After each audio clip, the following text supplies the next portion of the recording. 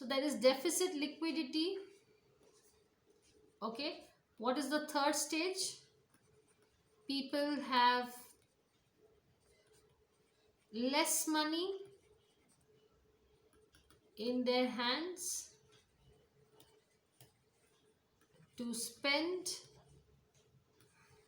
What is happening in the fourth stage? Spending decreases. Nobody is spending because money is only not there, so spending is also decreased. Okay, so what happens? Opposite, as I said. So the fifth step is aggregate demand. So there is no demand in the market, so aggregate or total demand decreases, and then again it rises to inflation. So can you see this vicious circle? So it's a circle of deflation where deflation first occurs, and then there is a deficit liquidity, there is no money. Okay, so people have less money in their hands to spend. So slowly what happens? Spending decreases, and then aggregate demand or the total demand also decreases. So this is the opposite of what happened in inflation. Okay, now let us see how RBI controls the recession. Okay, so recession is a period where basically people are jobless, people do not have money. So let us just see. And RBI's role is very important also here. So just let me wrap this. Okay. Yes.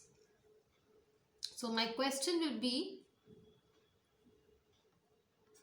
how RBI controls recession. Okay, so for that we have to know the recessionary scenario. So we'll write down here the recessionary scenario. Okay, so here one by one you can understand also that what happens. Okay, and then so first we will see the first stage. There is recession. So this is stage 1, recession in the economy. Stage 2, what happens in stage 2? RBI increases the supply of money. So increases money supply. Stage 3. So now what happens when the money is flowing in the market? So people have money. So people have money or more money in their hands. Now what is stage 4? So people have money in their hands, so people will start investing. Now what will they do with the money? So people start investing extra money in other bonds or financial bonds or any other financial assets. So they will start investing here. Stage 5, let's see stage 5. Okay, so stage 5, as a result, what will happen? So everybody started investing in assets and bonds, so bond will increase. So bond price will increase. Stage 6. So let's see stage 6. Obviously, interest rate will decrease. Okay, and yes, now what will happen in stage 7? The business houses. What will happen to the business houses? So business houses will borrow at low interest because interest is now decreased. So they can borrow money as low interest rate. Okay, so what happens? Business houses start borrowing money, investment increases. So investment increases. Okay, and yes, stage 8, total demand increases. Okay, so total demand increases. So what happens in stage 9? Obviously when income is demand is increasing, so income is also increasing, so income increases. Okay, so now what happens is income increases, and we come to the final stage, that is stage 10. So I don't have space, so I'm writing here. Stage 10 will have more employment, so more employment I can write increase. So what will happen? There will be end of recession. Yes. Okay, so let us just go one by one and see what was there. So the first stage was, there was recession in the economy. Then RBI increases money supply. Then stage 3, people have money or more money in their hands now. Stage 4, people start investing extra money by way of bonds or assets. So what happens because of that? Stage 5, bond prices starts increasing. Okay, and due to this the interest rate will decrease in stage 6. Stage 7, the business houses will now start borrowing, because the interest rate has fallen.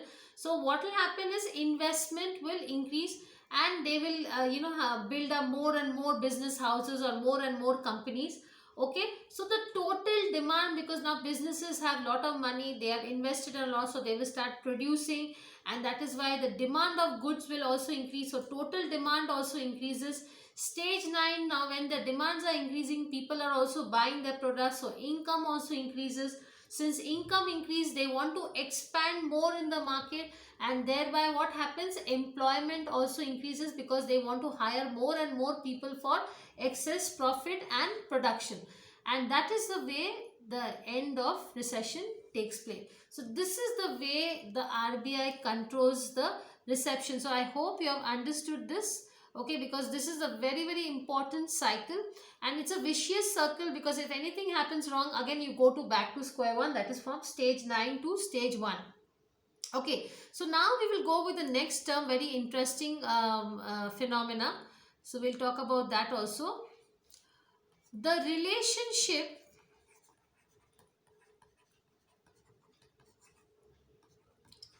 between interest rate and bond prices. Okay, so this is very important.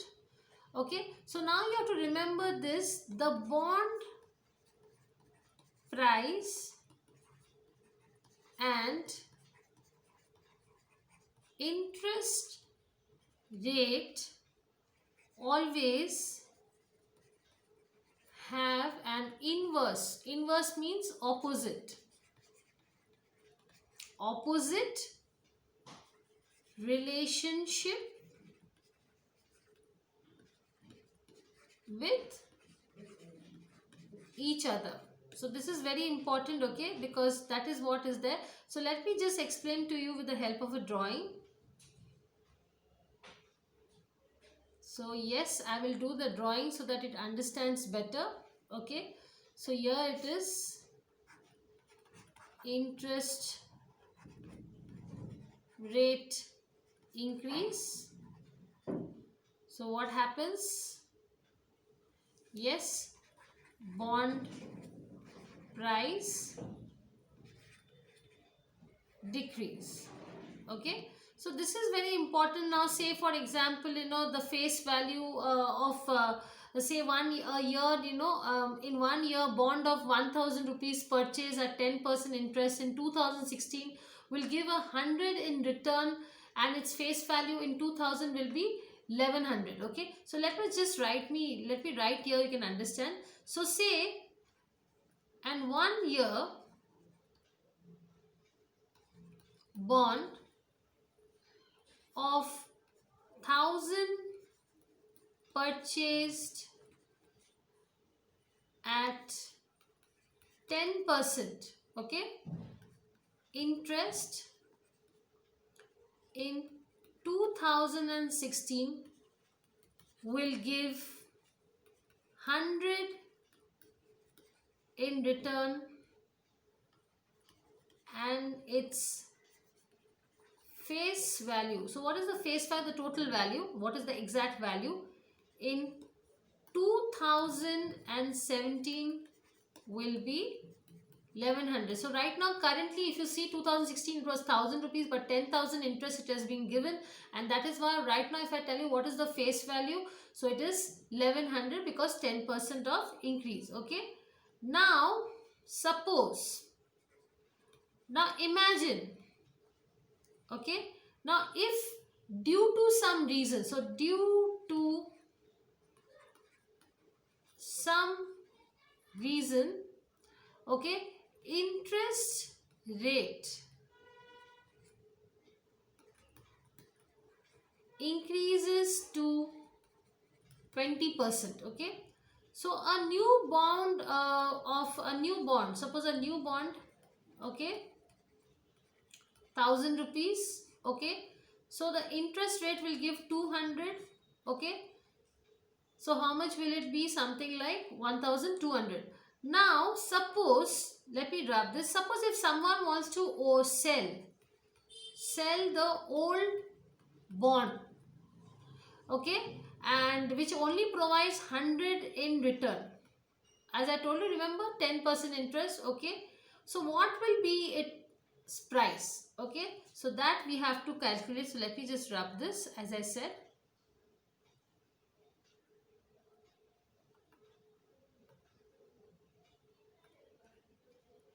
Okay, so let me give an example here. Let me write it down here. Imagine if due to any reason interest rate increases to 20%, a new bond of 1000 issued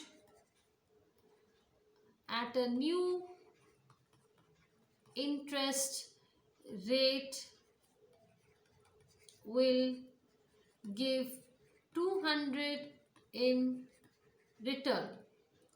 Now, if someone wants to sell, if he, as I said, if he wants to sell his old bond, which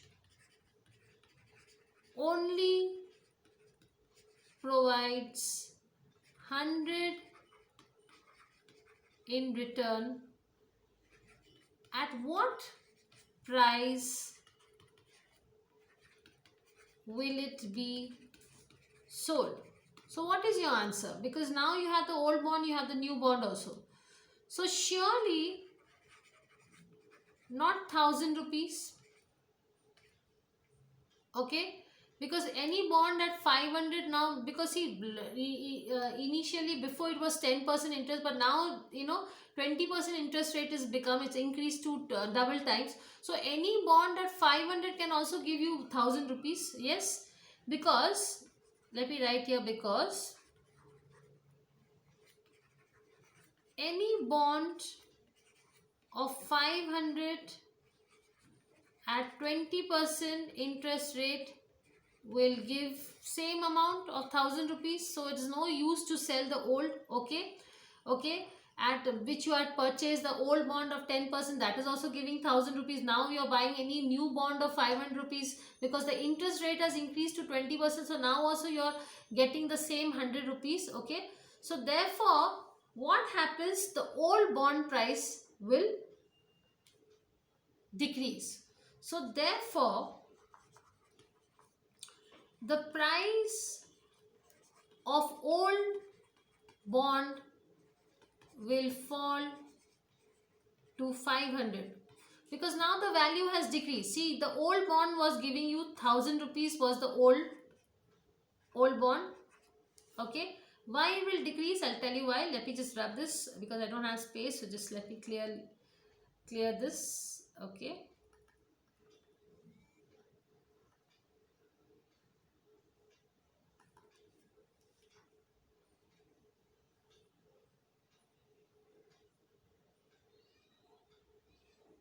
Okay, so as I said, if you talk about is suppose the old bond I had purchased was 1,000 rupees at 10%. Okay, now the interest rate has become 20%. Okay, so now with 5, if I purchase a new bond of 500, so with 20% I will get 100 rupees. So that time also I was getting 100 rupees. So actually you are loss of old bond of 500, because see the value, it has decreased. 1,000 rupees, the same value now you are getting with 500. So that is why the loss is 500. So you are understanding. So when interest rate increases, the bond prices decreases, and that is why it is an inverse relationship. So interest increases, bond price decreases. So that is what I wanted to explain to you today's class, and that is what you are supposed to understand, that relationship, because that is very very important, and how it happens also, as I said, like because when you know this, you will understand that how it has been done. And that is why I had told you also that the bond price and the interest rate always has an inverse relationship with each other. Okay, so both are very very different. Okay, so now I will go with the next thing.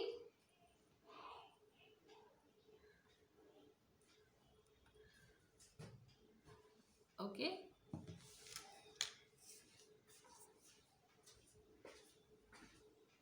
বন্ধ করে দে।